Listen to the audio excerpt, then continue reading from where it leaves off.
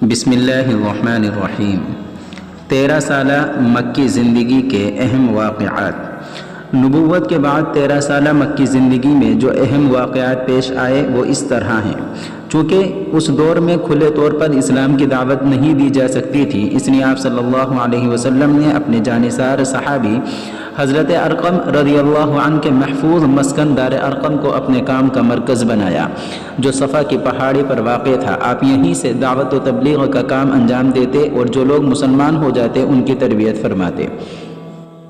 سن 6 نبوی میں حضرت حمزہ رضی اللہ عنہ اور اس کے بعد حضرت عمر رضی اللہ عنہ نے اسلام قبول کیا۔ ان دونوں کے مسلمان ہونے سے اسلام کو بہت قوت پہنچی۔ آپ صلی اللہ علیہ وسلم پوری قوت اور توجہ کے ساتھ دعوت کا کام کرتے رہے۔ جو صحابہ ایمان لا چکے تھے انہوں نے بھی اپنے دوستوں کو ایمان کی دعوت دی اور اس کی وجہ سے بہت سے لوگ مسلمان ہوئے۔ آپ صلی اللہ علیہ وسلم نے حج کے اجتماع اور عکاظ کے میلے میں بھی دعوت پیش فرمائی۔ اس طرح پورے جزیرۃ العرب میں اسلام کی آواز پہنچ گئی۔ اہل مکہ نے مسلمانوں اور خاص کر اسلام قبول کرنے والے غلاموں کو بڑی تکلیفیں پہنچائیں، لیکن سب کے سب ایمان پر ثابت قدم رہے۔ جن غلاموں کو سخت اذیتیں پہنچائی گئیں ان میں حضرت بلال، حضرت خباب، حضرت زبیر، حضرت حمامہ، حضرت یاسر، حضرت سمیہ اور حضرت عمار رضی اللہ عنہم خصوصیت سے قابل ذکر ہیں۔ راہ حق میں جن کا پہلا خون ناحق بہایا گیا وہ حضرت سمیہ ہیں، جنہیں ابو جہل نے نہایت بے دردی سے شہید کر دیا۔ جو لوگ غلام نہیں تھے ان کو بھی کچھ کم تکلیفیں نہیں دی گئیں۔ ان تکلیف اٹھانے والوں میں حضرت ابو بکر، حضرت عثمان، حضرت زبیر، حضرت طلحہ، حضرت عبد الرحمن بن عوف، حضرت ابو حذیفہ ابن عتبہ اور حضرت مصعب ابن عمیر رضی اللہ عنہم خاص طور پر قابل ذکر ہیں۔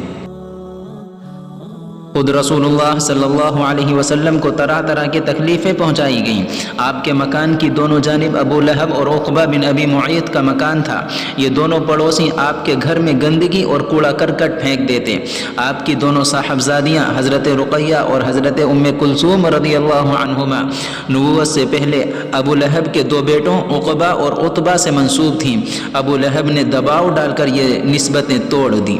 ابو لہب کی بیوی ام جمیل بھی آپ کو ہمیشہ برا بھلا کہتی رہتی۔ آپ کی عداوت میں ابو جہل بن ہشام، عقبہ بن ابی معیط اور ابو لہب خاص طور پر پیش تھے۔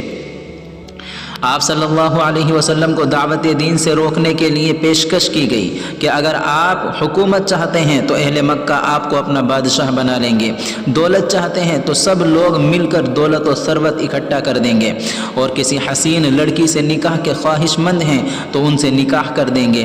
آپ نے اس کے جواب میں قرآن کریم کی چند آیات پڑھی اور انہیں دین کی حقیقت سمجھانے کی کوشش کی۔ جب وہ اس سے مایوس ہو گئے تو انہوں نے آپ کے محسن اور سب سے بڑے پشت پناہ حضرت ابو طالب سے کہا کہ یا تو آپ اپنے بھتیجے کو اس نئے دین کی دعوت سے روکیں یا پھر آپ بھی میدان میں آ جائیں۔ حضرت ابو طالب نے آپ سے کہا بھتیجے، بوڑھے چچا پر اتنا ہی بوجھ ڈالو جتنا وہ برداشت کر سکے۔ یہ سن کر آپ کی آنکھوں میں آنسو آ گئے۔ آپ صلی اللہ علیہ وسلم نے سمجھا کہ شاید چچا کا سہارا بھی ختم ہونے والا ہے۔ پھر آپ صلی اللہ علیہ وسلم نے فرمایا اگر یہ لوگ میرے ایک ہاتھ میں سورج اور ایک ہاتھ میں چاند رکھ دیں تب بھی میں اس دعوت سے باز نہیں آ سکتا۔ آپ صلی اللہ علیہ وسلم کے اس عزم کو دیکھ کر ابو طالب نے کہا تم جو کچھ کرتے ہو کرتے رہو، میرے جیتے جی کوئی تم کو نقصان نہیں پہنچا سکتا۔